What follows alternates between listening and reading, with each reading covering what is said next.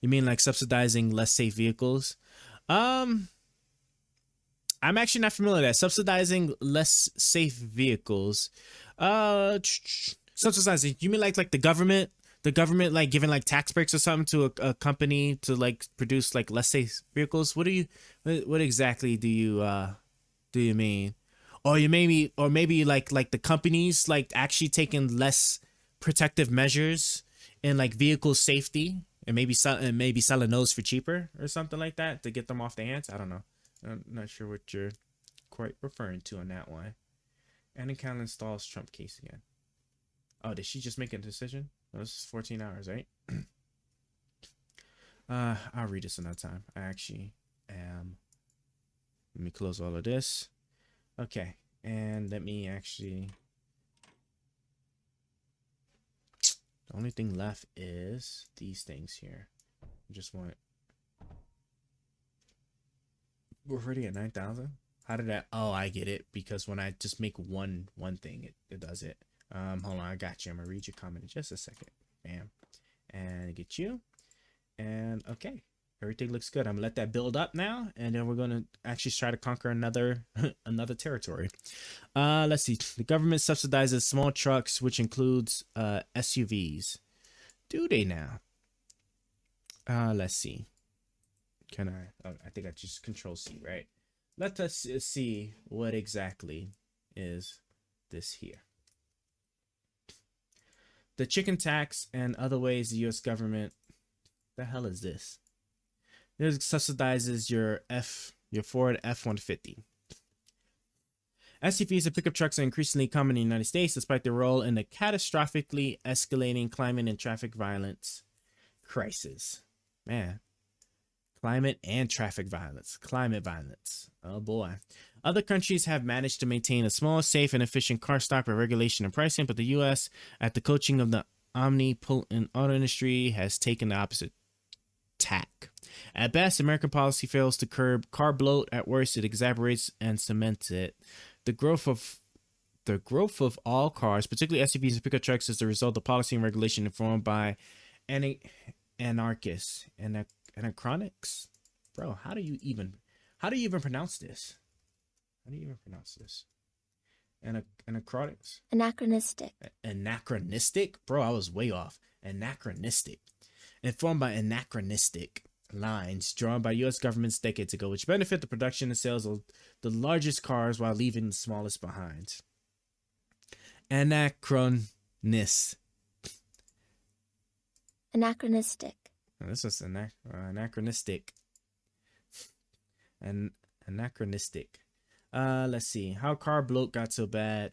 What is this exactly complaining about? The United States divided vehicles into two categories: passenger cars and light trucks. Light trucks at the time were largely farm and work vehicles, and no owner would consider using their slow, expensive, gas guzzling truck to take their kids to school.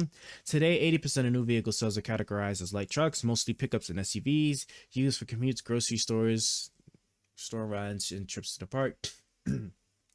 Despite this shift, American regulators continue to treat the two categories very differently. Light trucks see more lenient fuel economy, emission standards, a high chicken tax import tariff ensuring domestic control over the industry, and a generous Hummer deduction for business owners, all of which bolster the industry and enable car makers to build bigger, more expensive, and more profitable cars. Oh, wait. Hunter deduction. So, wait. So, are they. So, oh, okay. So are we giving tax breaks to the companies in order to produce these gas guzzlers? That's what that sounds like to me. To build bigger, more expensive, and more profitable cars. Plenty of federal support for vehicle exists in the United States, where car ownership and use are heavily subsidized and near mandated by federal policy and urban design. Gas taxes have been frozen for 3 decades. Car infrastructure is built, maintaining and spending with taxpayer dollars. Engineering codes prioritize car travel and commute benefits subsidize car commutes. However, large vehicles in particular are more common and more destructive. In the United States, because the federal government not only permits but specifically incentivizes and subsidizes SUV and pickup truck ownership, the safety, sustainability, and functionality of all vehicles have suffered as a result. So, what's the problem with the safety part of this? This will be good. In 2022, the average new car in the United States weighed more than 2 tons, a full 1,000 pounds heavier than the average car sold in the 1980s. The largest vehicles, SUVs and pickup trucks, hold an ever increasing share of sales in the United States, representing 4 in 5 cars sold in 2021 and 2 in 5 sold globally. The bloat of all cars, particularly these colossal vehicles, is responsible for the mounting death toll on our street. Pedestrian fatalities on American roads have climbed year over year, with few exceptions since 2009, and are now at levels haven't seen since the 1980s. While all cars have grown more deadly as they have gained weight and size, light trucks stand out. The number of pedestrians killed by SUVs grew twice as fast in the last decade as those killed by passenger cars. A person driving a pickup truck or SUV is much more dangerous to their neighbors than a sedan driver. Light trucks are 2 to 3 times more likely to kill a pedestrian than a smaller vehicle, 55% more dangerous to cyclists, and more than twice as deadly to occupants of smaller cars. Okay, I mean, I get it, right? I guess the argument is just that because they're like inherently bigger, I don't see how, like, if I'm speeding in like a residential area with a sedan and I'm speeding with an SUV, like, unless like I'm going to roll somebody over, even rolling somebody over, I don't even know like if the weight would really matter, because I think just the sheer impact and shock alone is still likely to just kill you regardless. It's cheaper to build SUVs nowadays that it would be to make a sedan. That's why EVs have moved past the smart car into the Cybertruck. Larger vehicles are more dangerous when colliding with small cars. They're more dangerous to pedestrians. Yeah, right. I can understand like an SUV just being bigger. I don't know. I don't know, like, if I got hit by a car going 60 miles an hour, I don't know, like, if it would matter whether it was a buggy or like a pickup truck. I feel like the impact would still probably kill me. Yeah, because I think the impact shock is still the same, right? Like maybe, like I guess maybe a pickup truck based on its design might not absorb the impact as much. Maybe, right? But like to rely on a buggy's ability to be caved in as a means to say that I would be safer, right? I don't know. Oh, if you roll someone over, they'll go under the SUV rather than over the small car. Oh, so like when you hit, you mean something like that? Yeah, but like the impact, I feel like going fast enough, like, so I kind of get it, right? Because it's bigger, right? They could kind of go underneath the vehicle. But isn't an SUV, aren't pickup trucks also like high enough to where like if somebody goes underneath the vehicle, if they manage to like avoid the tires, they could potentially make it out of there unscathed? Well, not, I mean by unscathed, I mean like without further damage. Whereas like if you get hit by like a low riding vehicle, not only do you get the impact, but then you also get literally thrown out into into wherever like it's gonna like send you.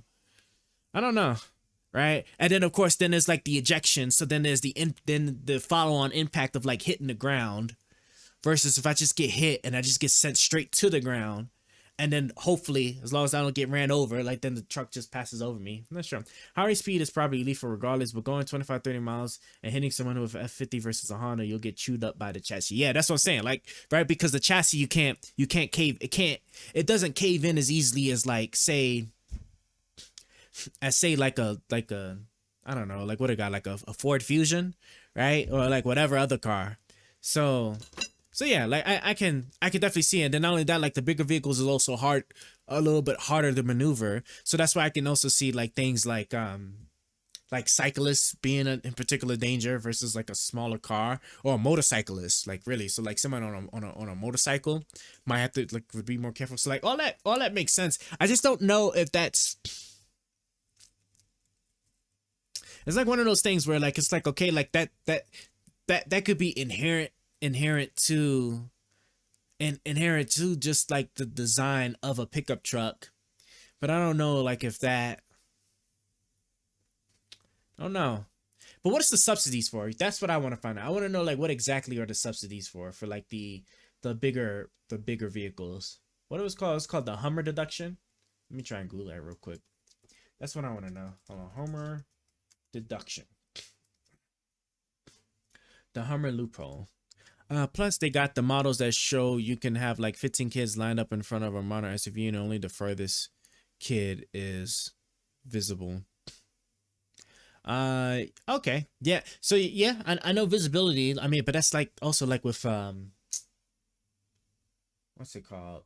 Uh, that's what also like certain other types of like trucks and really big machinery as well. Let's see. Successful business owners have no problem paying taxes that they owe, but that doesn't mean they shouldn't look for loopholes to reduce their tax burden as much as possible.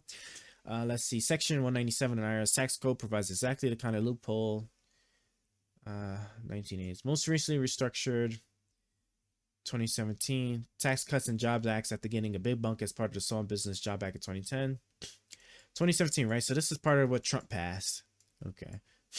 Business owners and entrepreneurs get even more tax relief when they capitalize on the Hummer loophole. Okay, let's see what the Hummer loophole is. To put it bluntly, the Hummer loophole of Section 179 basically allows small business owners to write off 100% of heavy equipment purchases as long as those purchases are put into use at the business during the same year they are purchased. Originally intended back in the 80s to give small business owners relief when purchasing bulldozers, dump trucks, and the like, the law expressly allowed for heavy equipment to describe any vehicle over 6,000 pounds. Let's see. So today a significant amount of vehicles, including a lot of luxury vehicles, tip the scale north for 6,000 pounds and are able to be legally written off completely, even if they are anything but heavy equipment. Okay, I understand this. I mean, so that could be any vehicle, right? Because I'm sure. Well, obviously, I know. Like, I'm sure every pickup truck, every heavy duty pickup truck, especially, right, would be post 6,000.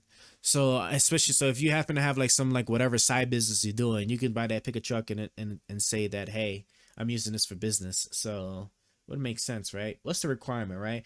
Purchase to put into use at the business during the same year. So as long as it's put into use at the business. So as long as I make sure I make a good, reasonable, plausible way, right, that I can say that this pickup truck is being used for business purposes, I am more inclined to buy a brand new pickup truck than I am to buy just a regular car. Got it. Tangible personal property, even certain improvements to a piece of commercial real estate. Hold on. Office equipment and hardware. Tax exemption loophole. But it got to be over 6,000 pounds still, though, right? We got to look at this. I'm very curious. What's it called? Section 179, right? Okay, section 179. And of course, but shoot, I might have some stuff I can write off. Section one, oh shit, it already knows. Deduction allows businesses to take immediate deductions for business expenses related to depreciable assets such as equipment, vehicles, and software, right? This allows businesses to lower their current tax liability rather than capitalizing an asset and depreciating its value over time in future tax years. Is limited to a maximum deduction of $1 million and a value of property purchased to $2 million ish. Okay, criminal expenses deductions.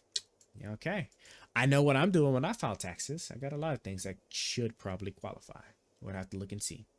But okay, so my understanding is that so there's deductions and stuff that can go for bigger vehicles than it would for regular vehicles. But isn't there also deduction though for like brand new electric vehicles or like new types of electrical vehicles, right? That are just circling production. I think you get like a rebate or something like that through the U.S. government, if I'm not mistaken, when you file your taxes. And that applies for like any electrical vehicle, just not just the big ones. But then I guess you could just double up on that too, right? Because then you can get that. So like when the Cybertruck was like what just came out, I'm sure it qualified for that rebate, and then also qualified if you also had the business to also write that off too. But I don't know. Well, yeah. So I guess that would be like kind of like double dip, because you get your rebate and you get your tax rebate, and you'll be able to also knock the cost off from your liability. So I guess that's pretty cool. On the consumer side, there are plenty. Yeah, sure there is. All right. Well, that is interesting. I most certainly am going to look at the section. I will read this section a little bit more in detail. later. The manufacturer side is the problem. Yeah, great. Because okay, so you're saying government subsidizes small trucks for the growing size and price of pickups. Let me see. Biden-Harris administration announces nearly 150 million grants to help reduce truck air pollution near American ports. One of my favorite economic rules is simple. Whenever a progressive scold blames capitalism on private companies for market failure, the inefficient or seemingly inexplicable distribution of goods or services in the economy, is best to dig a little deeper. Almost always some government regulation, tax, or law is largely to blame. One recent example involves the proliferation of mega pickup trucks. It doesn't take a scientific analysis to notice these vehicles, which account for more than 20% of all passenger vehicle sales in the United States, have gotten huge. I recently parked my 2012 full-size V8, Jesus Christ, a V8 Ram next to a new model in the parking lot, and mine looked like a toy. They gotten pricey too. I paid $19,000 for mine brand new, and the average full size is now $60,000. Man, getting $19,000, bro. This had to have been like the 1990s or something, bro. Like, there's no way you was paying $19,000 for a brand new pickup truck at that. This must have been 1990s or before. Driving a large pickup SUV increases likelihood you'll kill or injure somebody. It's thirsty power plant, spew more air pollution and greenhouse emissions. Okay, but what's the law? Regulatory frenzy. Here we go. But that's an insufficient explanation. I live on an acreage and need a truck for routine work duties and hauling a trailer. Blah blah blah. The automotive media has been abuzz with stories about a new Toyota pickup truck. Features a large and useful bed. Blah blah blah. What's the tax? I want to know. I'm guessing even a $20,000 US variant would sell like proverbial hotcakes. One reason pickup trucks, here we go. One reason US pickup trucks have dominated the marketplace dates back in the 60s when an European economic community raised tariffs on imported chicken from the US. President Lyndon Johnson retaliated with a 25% chicken tax on imported trucks and other items, right? It was aimed at Volkswagen, which used to sell great little pickups. It no longer sells them here, but the tariff remains in place out of political inertia. It's no surprise these massive taxes lead to market distortion. Basically, U.S. tariffs undercut the competition from foreign. Wait, so it's still just the tariffs? That's just what they're complaining about? If you're complaining about tariffs, then what you're just saying is just that we just keep tariffs to keep like other foreign companies from making competitive pickup trucks that I guess would be smaller and more efficient in the US. Is that what the argument is? I'm looking for like what's the direct regulation, right? Because there's no way we could say a tariff is the reason for that. No way. Here's another article. Oh, it's literally the same exact article. Oh, with just a little bit more information. Okay. Had dominant, let's see, right? So this is the tax. Okay. I want to know what's the particular, if it's the tariffs, that's not a very, to me, that wouldn't be a very convincing argument if we're going to blame tariffs. Deductions, tax incentives, right? To companies that would, have a reason to like invest or build bigger trucks. I can see like on the purchase side of it, right? Because if you could purchase a vehicle 6,000 pounds or more, you can write it off as long as it has a business use.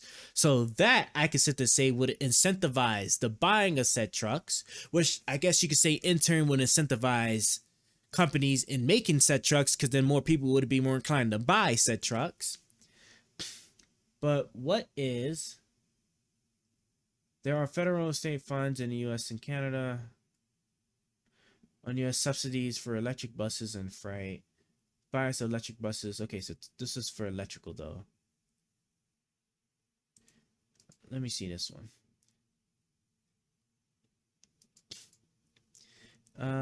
What about huge subsidies for cars and trucks? Reported American Drones 2008, blah, blah, blah. Naturally, many Amtrak was died 2002, blah, blah, blah. This is one of the oldest political arguments in the 19th century. The prospect of the federal government supporting internal improvements, canals, roads was a major source of partisan contention. Ultimately, the Jeffersonians and Jacksonians lost out to the Whigs and their heirs, whether it was the Erie Canal, the first transcontinental railroad, or the interstate highway system. State and federal resources have repeatedly been deployed to build new types of transportation. Okay. Subsidy. Okay, how big is the subsidy? Nearly 100 billion. All right, let's see what we got here. This look like this might actually gives us something. Americans can drive so much because there's an extremely extensive system of largely free roads for us to use. Despite some private sector efforts, maintaining and building the nation's roads remains almost exclusively the preserve of government. Data from the Census Bureau on construction spending shows that this year, public spending on highway streets is running at an annual rate of about 75 billion, but that's not all. Tax credits and breaks for particular types of economic activity constitute a public subsidy of the activity. Taxpayers effectively subsidize home ownership through the mortgage interest deduction. They subsidize the use of mass transit through programs that permit people to purchase manned transit tickets with pre-tax money, and taxpayers subsidize the purchase and operation of gas-powered automobiles in at least two big ways. Here we go. So this is what I want here. Subsidize the purchase and operation of gas. First, just as they can with other types of equipment, businesses and self-employed individuals can write off the cost of cars and trucks they own against their taxable income, right? So this is section 179. So I got that. As part of an effort to stimulate business incentive, right? The law was changed to significantly increase the amount of deductions businesses could take on equipment, including vehicles that weigh more than 3 tons. In the past, the category would have been limited to commercial vehicles such as pickup trucks and moving vans. But in SUV Crazy America, that also means Hummers and Escalades. So if a realtor bought a $75,000 Hummer and used it mostly for business, she could take a $25,000 deduction from her taxable income in the first year of ownership. That's pretty cool. That's pretty interesting. I wonder if other people, because I know somebody that just bought a Hummer too. I wonder if she's aware of that. I don't talk to her no more, but if I had known, I would have told her. She could look into it. But taxpayers aren't just, well, she was also need a business thing. I don't think she has a business, so never mind that. Taxpayers aren't just subsidizing the purchase of gas guzzlers by business. Thanks to tax credits for hybrids, they are also subsidizing the purchase of gas sippers by individuals.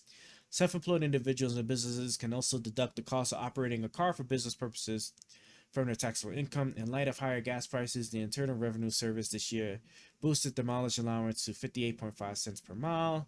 A self-employed salesperson who drives 5,000 miles a year and is in the 33% tax bracket can save about $1,000 in tax payments. The language of the allowance suggests that it applies only to cars, not bicycles, scooters, or motorcycles. There are doubtless many other examples of taxpayers, but you're not going to give me the examples? Okay.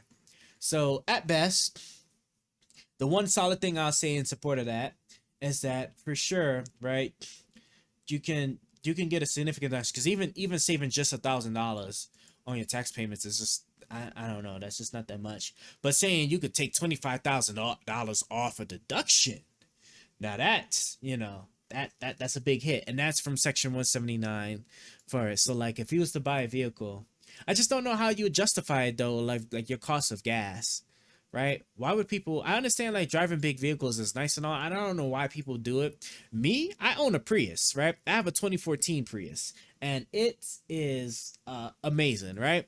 I pay for gas sometimes once a month, right? Just because I also have a job where I can also remote too. But I actually because I only drive to work here, I get my groceries delivered most of the time, right? I sometimes do still run to the store, and I sometimes take trips to like other things, like when I got my business stuff going on. I still only pay gas once a month for my hybrid, right? I get about close to 50 miles per gallon, and I don't have to drive too far for work. So it's like I couldn't possibly imagine getting a Hummer. When my vehicle was hit in the parking lot and I had to use like a rental, oh, I hated that shit with a passion, right? Bro, I couldn't imagine. I can't have it where I drive to and from work and I lose like close to a quarter tank of gas, right? To me, that's absurd. I don't know how people are living driving vehicles like that. That's absurd. And there was I don't even remember. It was like it was a Chevy. I forgot what kind of Chevy car it was, but my God, like I cannot trade. I would not trade my hybrid for anything. If I was to upgrade, I would get a Prius Prime, right? The Prius Prime being the next level up from the regular Prius because it's a plug-in hybrid, right? So still gas. I can't go full electric. I don't think I'll go full electric for a long time because the infrastructure just isn't there. And I just don't have that kind of money for like a full electric in terms of then like getting an actual house to get an actual charging station and whatnot if I wasn't planning on traveling anywhere. With that being said, right, gas hybrids, right, hybrids are the best ones. And for the hybrid, I don't know why my foot got itchy like that. For the hybrids, uh those are obviously a big win. Like I said, I saved so much money on gas throughout the years, and it's been so reliable. The Toyota Prius, man, amazing. And the later models, right? So 24, I can only vouch for 2014, and assuming they didn't do nothing crazy and up, right? Because I remember the old school Priuses being like really tiny, but this one, bro, oh my gosh, bro, the 2014 Prius, when I put the back seats down, I was able to fit my L-shaped desk, right? Disassembled, of course. This computer chair here, right? Which is obviously a really big, it's actually a pretty big computer chair compared to other ones because it's built-in LED lights, built-in speakers, the massage vibrator thing, whatnot. And I didn't even disassemble it. I didn't take the wheels apart, none. I just put it in as is.